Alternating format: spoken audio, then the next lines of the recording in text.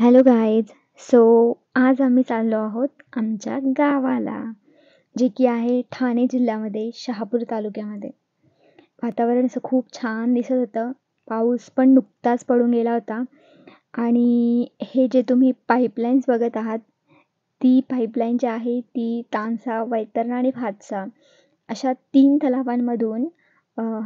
तलावांमधून पाणी घेऊन तो मुंबईला पुरवला जातो.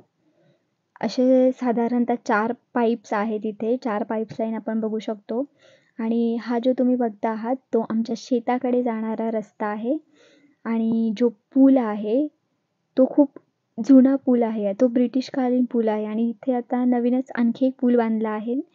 सो इथून पुढे गाडी जायला रस्ता नव्हता. सो आम्ही तिथेच गाडी पार्क करून मग पुढे गेलो. सगळं सामान घेऊन मग आम्ही शेतावर पोहोचलो. तिथे गेल्याच्यानंतर आम्हाला खूप वेगवेगळ्या पक्ष्यांचे आवाज ऐकायला मिळाले आणि शेत गावापासून 2 ते 2.5 किलोमीटर दूर असल्यामुळं इथे एकदम नीरव शांतता वाटत होती. शहरातल्या रोजच्या गर्दीपेक्षा इथे खूप निवांत असं वाटत होतं. पाऊस पण खूप पडला होता. सो आम्ही इथे पेरणी करायला आलो होतो आणि मला तर त्यातलं काही कळत नव्हतं. तरी पण मी जबरदस्ती शेतावर गेली होती, कारण मला बघायचं होतं की शेती कशी करतात. ते बघण्यासाठी म्हणून मी गेली होती. सगळे कामात व्यस्त होते. ऊन पण खूप पडला होता आणि मी त्यांना डिस्टर्ब करायचं काम करत होते. त्याच्यानंतर मग अशा भर उन्हामध्ये सगळे काम करत असताना माझी त्यांना एक एंटरटेनमेंट म्हणून थोडीशी हेल्प झाली असेल. त्याच्यानंतर मग पहिली झाल्याच्या नंतर आम्ही मग शेतावरच खाली पळसाची पानं टाकून मग आम्ही जेवण वगैरे करून घेतलं.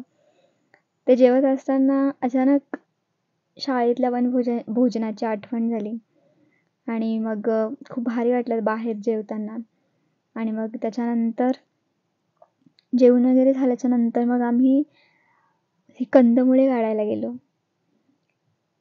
कंदमुळांपासून बेसिकली आमच्याकडे आम्ही एक डिश बनवतो आणि त्याला आम्ही वली म्हणतो. आय डोंट नो तुम्हाला माहिती आहे की नाही, पण आम्ही त्याच्यापासून वली बनवतो. हा पदार्थ जो आहे तो खूप टेस्टी आणि हेल्दी असतो. सो जिभेचे चोचले पुरवण्यासाठी आम्ही गवत, दगड असं काहीच बघितलं नाही आणि मग निघालो शोधत. आणि हे शोधण्याची पण एक ट्रिक असते की याची एक वेल असते. ती वेल पहिला शोधायची आणि मग ती वेलीच्या खाली एकदम मग खोदून आणि मग त्याच्यातून मग ते कंदमुळे बाहेर काढायचे असतात. मुंग्या वगैरे खूप काही होत्या इथे. तरी पण आम्ही खूप कष्ट घेऊन हे सगळं बाहेर काढला. त्याच्यानंतर हे झाल्याच्यानंतर मग आम्ही आमचा एक दुसरा पण प्रोग्राम होता, तो की प्लांटेशनचा. सो आम्ही शेतावर शेवग्याच्या शेंगा असतात आपल्या, त्यांची झाडं लावली होती. 4 ते 5 झाडं म्हणजे फांद्या आम्ही नेल्या होत्या इथूनच. सो आम्ही त्याची लागवड केली शेतावर. आणि असं म्हणतात, म्हणजे म्हातारी लोकं म्हणतात की हे जे झाड आहे ते लेडीजनेच लावायचं असतं. I don't know the reason behind it, but असं म्हटलं जातं. म्हणून मम्मी ती झाडं लावत होती, पप्पा खड्डे खोदून देत होते आणि मी ती झाडं आणून देत होती.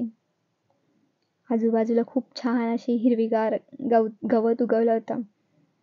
त्याच्यावर खूप अशी व्हाईट कलरची खूप सुंदर अशी फुलं पण होती. काही उमललेली होती, काही मोठी होती, काही छोटी होती, काही पडलेली होती, काही कुजलेली होती. पण खूप भारी दिसत होतं ते हिरवंगार वातावरण. हे सगळं झाल्याच्या नंतर मग आम्ही आसपासचा एरिया भटकायला गेलो. उशीर खूप झाला होता आणि तरीसुद्धा आणि इकडे खूप अशी गरमी पण लागत होती. ऊन खूप पडला होता आणि अशा गरमीमध्ये सुद्धा आम्ही गेलो भटकायला. आणि इकडे खूप अशी झाडं असल्यामुळं, एकदम घनदाट जंगल असल्यामुळं आणि हा एरिया जो आहे तो अभयारण्यामध्ये येतो, तानसा अभयारण्यामध्ये येतो आणि इकडे वाघांची भीती पण तेवढीच आहे.